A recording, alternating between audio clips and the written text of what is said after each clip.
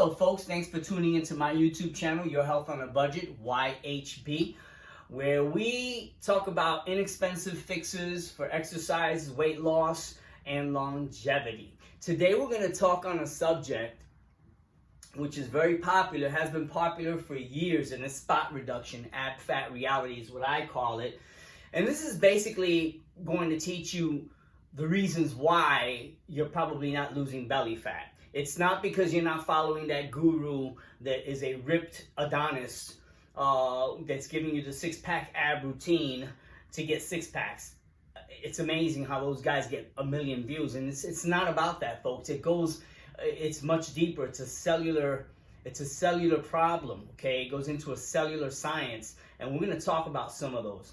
Reason number one is you're eating the wrong foods. Okay, now that goes way beyond just eating a lot more calories than you're burning.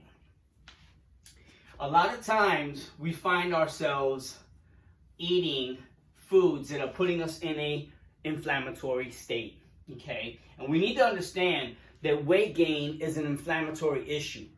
Inflammation and weight gain go together. Weight gain promotes inflammation, inflammation promotes weight gain. And that comes from Dr. Mark Hyman in his series of Ultra Metabolism, an excellent series. If you get a chance to check it out, it will teach you the science of nutrigenomics. It's very simple. Certain foods will cause you to have certain allergic reactions, promoting certain hormones to make you exacerbate your weight gain or accelerate fat loss. And once you understand what works with your body, and this goes in also in conjunction with your blood type and things of that nature. So it gets a little more complex than just eating less calories and exercising more. Reason number two is you're not drinking enough water.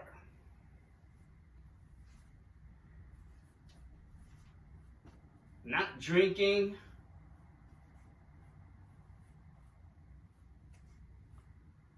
good old-fashioned H2O. Now, water, and the colder you drink it, the better it is, because the body has to accelerate the usage of calories to warm that water up to your body's temperature. Henceforth, drinking colder water makes you burn more energy. Okay, this has been scientifically proven. Now, apart from that, the toxins that you're flushing out of your body will keep your liver from overworking and your kidneys from overworking. Your colon will be free and lubricated. Water has so many different functions in your body. It keeps your muscles alive. If you lose muscle, you lose your metabolism. It just has a whole plethora of reasons why H2O is important. Now, I could understand that most people don't like regular water and they need to flavor it, and that's perfectly okay. I like seltzer water. You know, there's seltzer waters out there that are natural without added ingredients. They're just flavored naturally, and those are good too. Reason number three, you're doing the wrong exercises.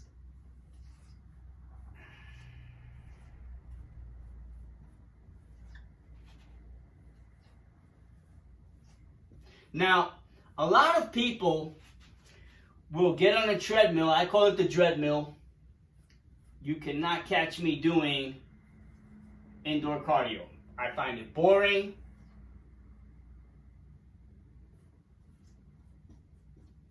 I find it pointless. I'm a guy that likes to kick a bag, punch a bag, go outdoors on the beach. I live on the beach, if you haven't noticed from my other videos. And I just take pride and joy in nature, okay?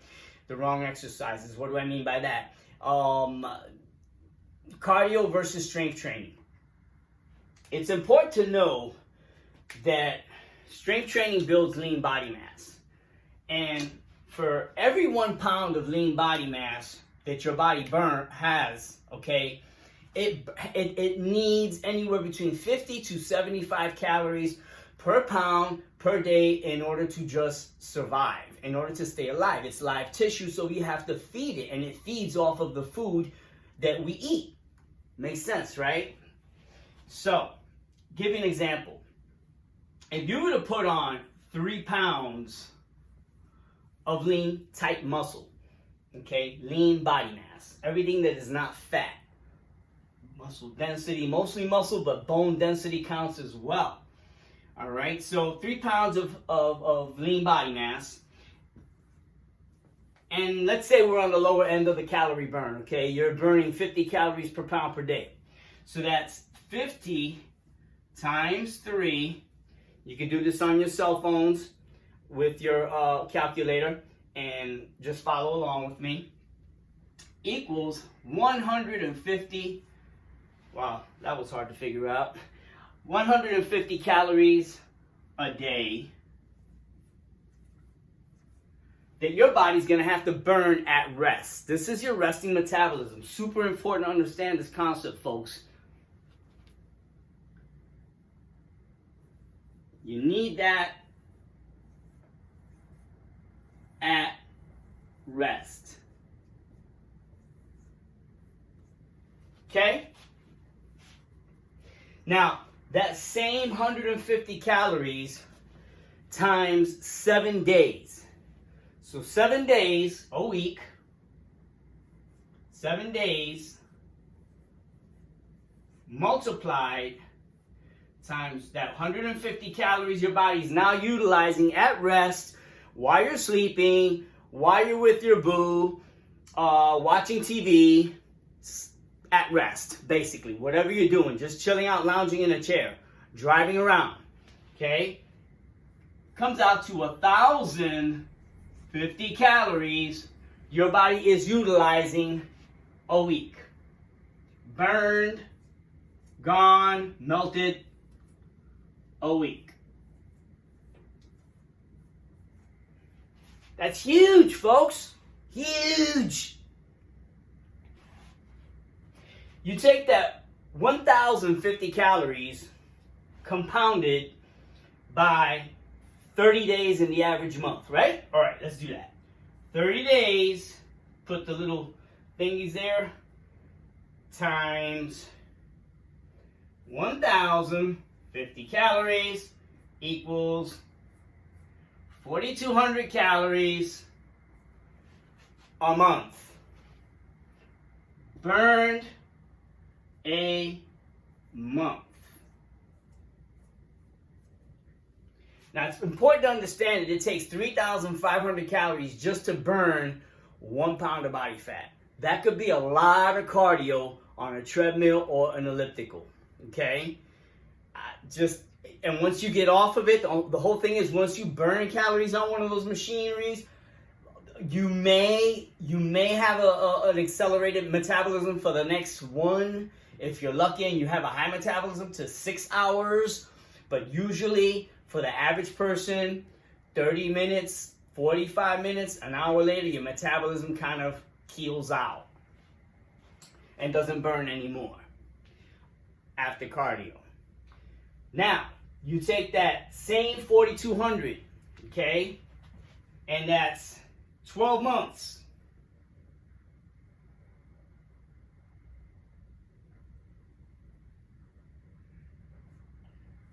12 months times 4,200 calories equals 54,000 calories a year.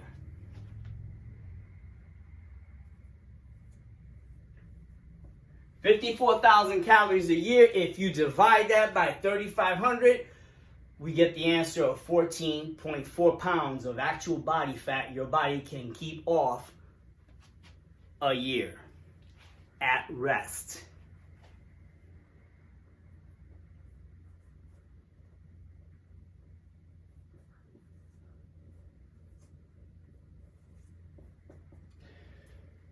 Now, it's really important to distinguish weight loss versus fat loss. I have another video coming up on that one. What is the difference? There is a huge difference. So this scenario kind of gives you a big eye-opener, folks. The more lean tissue your body has, and the thing of it is, I've been in gyms where people have been on the treadmill since the beginning of the resolution rush, where everybody's trying to get in shape. That time in January where they're trying to get in shape, okay?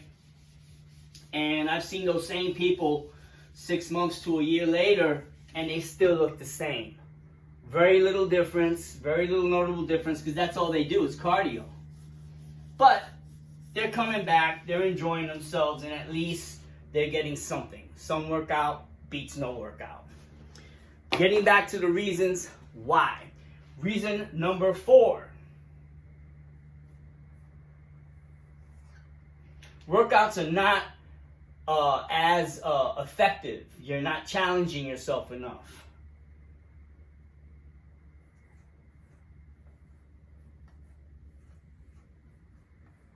You're not challenging. We're creatures of habit. We're creatures of comfort. I'm guilty of it too.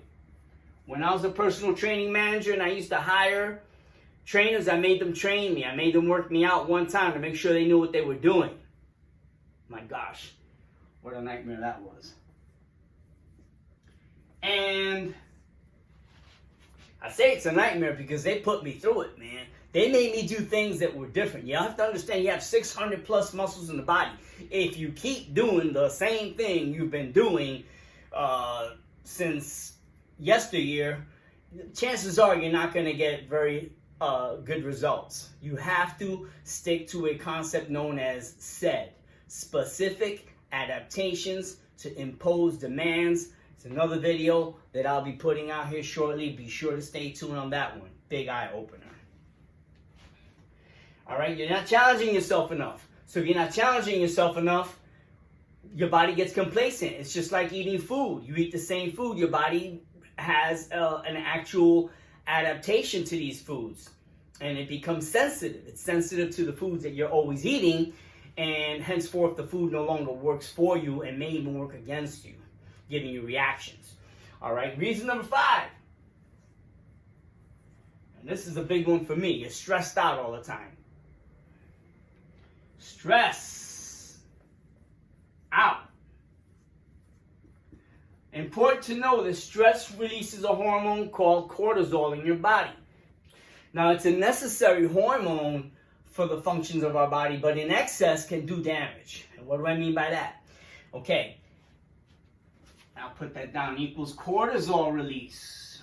Now, you've heard the big hype these last few years about cortisol and belly fat and it's very true. Okay, cortisol does have a big effect on putting more fat around the abdominal area.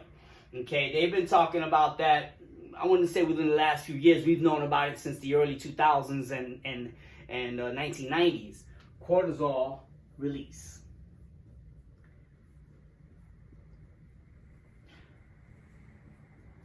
Now, the reason cortisol is so bad is because it causes you to have an excess use of energy. That stress has you burn an excess amount of energy, and it makes you crash, and it makes you desire. Okay, so it's chewing away your lean body mass. It was our body, as a bodybuilder, it was our worst nightmare. We did everything to prevent cortisol release, especially when we were competing, because our bodies were under a lot of stress due to the calorie changes and deprivation.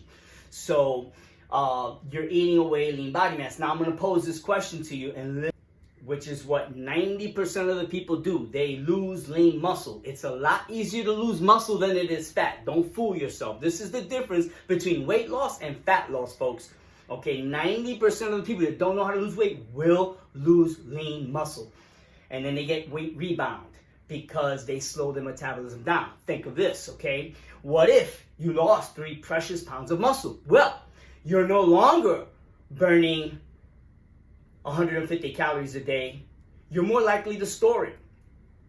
You're no longer burning 1,050 calories a week. You're more likely to store it. You're definitely not burning 4,200 calories a month, which, if you haven't done the math, that's 1 pound If you take that 4,200 away from the 3,500, you get 1 pound and 700 extra calories a month. You're storing it. At the end of the year, you're no longer probably burning 54,000 calories. You've probably gained a good whopping 14 pounds. And that's how it works, folks. A lot of people want to lose weight quickly, and if you didn't put it on quickly, you can't take it off quickly. And anything taken off quickly will quickly come back. Guaranteed weight rebound and some is a nightmare. I've been there too. Okay, so you're not getting enough sleep. Number 6. You're not getting enough sleep.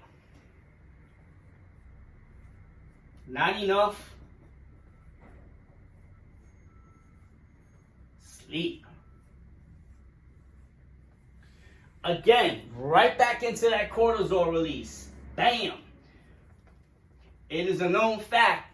This is not something I made up. This is a known fact that if you're not going to sleep before 10 o'clock, your cortisol levels will be raised. And if you don't know how to stop that from happening, which is why I can get away with it, because I know how to stop the cortisol or control it, you are going to gain weight. You're going to gain belly fat.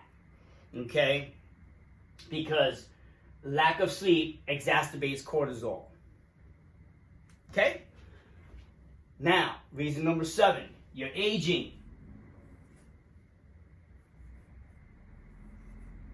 It is said that sarcopenia, which means the loss of muscle mass as we age, sarcopenia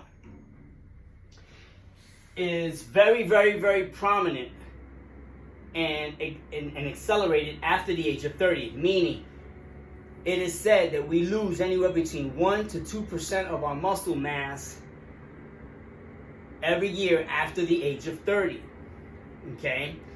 Which is, they say it's harder for older people to stay in shape and keep body fat off. And this is true. This is the reason why. It's because you're losing muscle mass and less human growth hormone, folks. HGH. HGH. Human growth hormone is a hormone that is produced within the anterior pituitary gland and is responsible for many functions in your body, okay? One is retaining lean muscle, keeping your skin thick, okay? Keeping you healthier. Bodybuilders know this. This is why they inject HGH. They buy exogenous and the movie stars. It's an expensive anti-aging process, but it works. Okay? And it can keep you lean.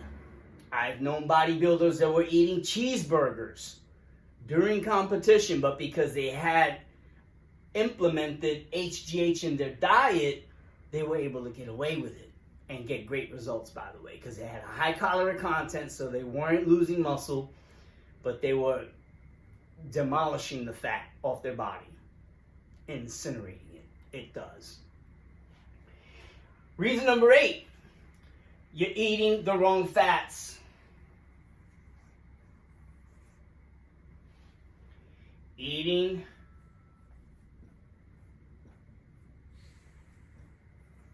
wrong fats.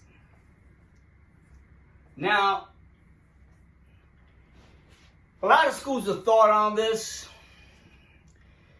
People hear fats, oh my gosh, but fats are so high in calorie. And you know what?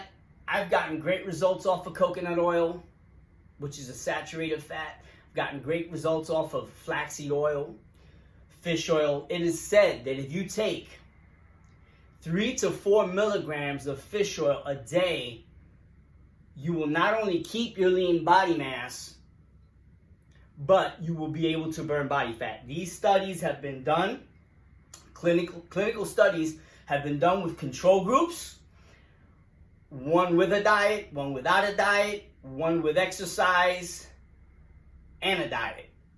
And then the other group with just fish oil and exercise. They've compared all these groups, and the people that succeeded the best were the people that had the fish oil, the diet, and the exercise, and the people that had the fish oils and the exercise. Okay?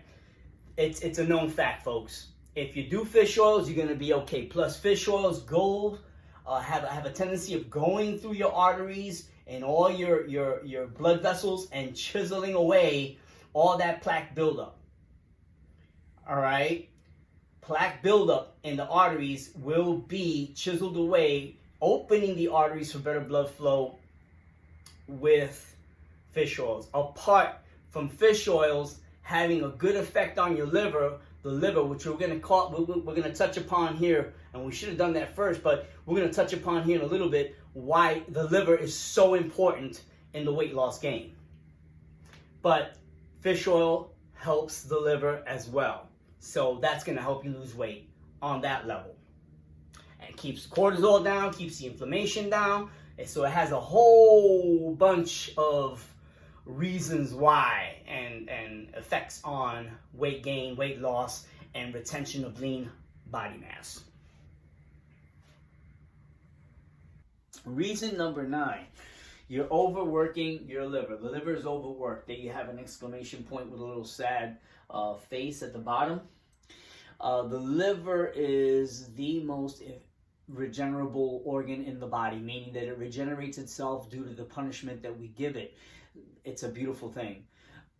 Job 1 for your liver is to keep you alive, acting as a filter. It has 400 to 500 different functions in the body, but keeping you alive is more important. So what happens is when you get your body a lot of punishment with exogenous types of toxic substances, whether it's alcohol, coffee. It is said that coffee is filtered 10 times inside and out of the liver before it's actually expelled.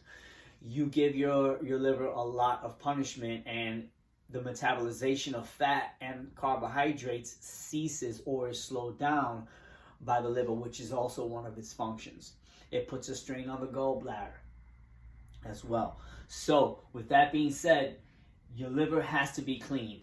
Back to the water, okay? Continuously flushing the liver and the kidneys out, the colon, lubricating the colon. All of these things tie back into each other, folks.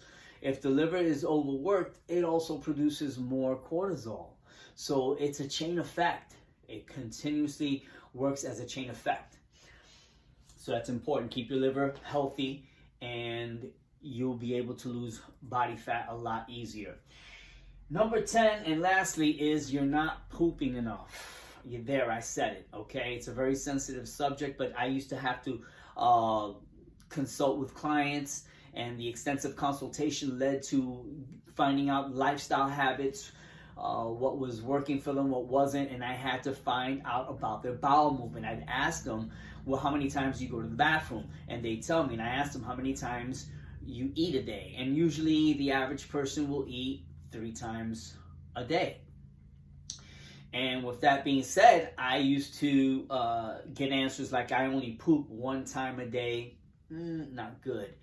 I only poop 2 times a week. That's horrendous. That's horrible. Now understand one thing, folks. When you go to the bathroom, it is a representation of eliminating 1 meal out of your body. It is said, okay? So that transition time should be between 8 to 12 hours after eating a meal. You should be able to excrete it out of your body. And that is proper bowel movement. That's healthy bowel movement. So when you're in a situation where you're eating 3 times a day, but you're only excreting 1 meal, let's do the numbers so you can get an idea of what this is like. Okay, so 3 meals eaten. 3 meals. And then bathroom trips.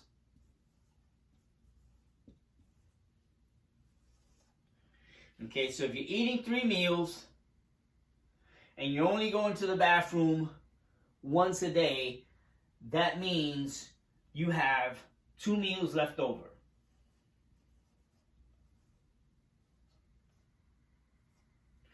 if we were to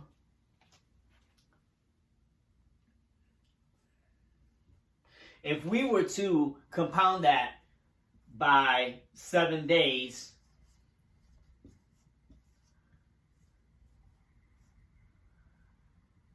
equals 14 meals that we don't know what happened to. Where did they go? Where did they evaporate to? Better yet, let's do this on a monthly. Okay? Let's take this scenario and say 2 meals not coming out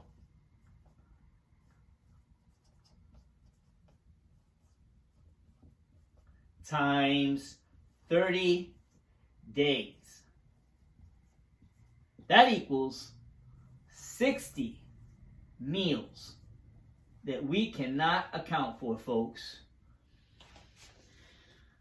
I used to have a saying with my clients, if it ain't coming out, it ain't coming off. Repeat that after me. If it ain't coming out, it ain't coming off. That's the honest to God truth, folks. You have to eliminate food out of your body. Okay? It ages you when you don't. It causes all kinds of complications. A lot of these toxins will filter themselves back into your bloodstream. You have things like diverticulitis and other complications. Diverticulitis is when a part of your colon dies, okay, because you have fermenting food in your colon. And what happens to food when you leave it out at room temperature? It rots. It goes bad. Well, you have this fermenting, rotting food in your system. Henceforth, when you go to the bathroom, it smells real bad. Or when you pass gas, everybody has to leave the room. Well, if you pass gas, I mean, it'd be strange if you kind of hung around anyway. But my point being is that it leads to all kinds of complications. That's the fogginess of the brain. That's the lethargy. That is the weakness in the muscles, the aches, the pains, the arthritis, and things of that nature. All of this starts in the gut. Your health starts in the gut. So it's super important to go to the bathroom, folks. And that concludes this 10 reasons why you're not losing belly fat. It goes a lot deeper, but we're going to keep it short and sweet with 10 good reasons. If you like what you heard, please subscribe, hit the thumbs up, the like button, and please do share with someone that you care for. Peace.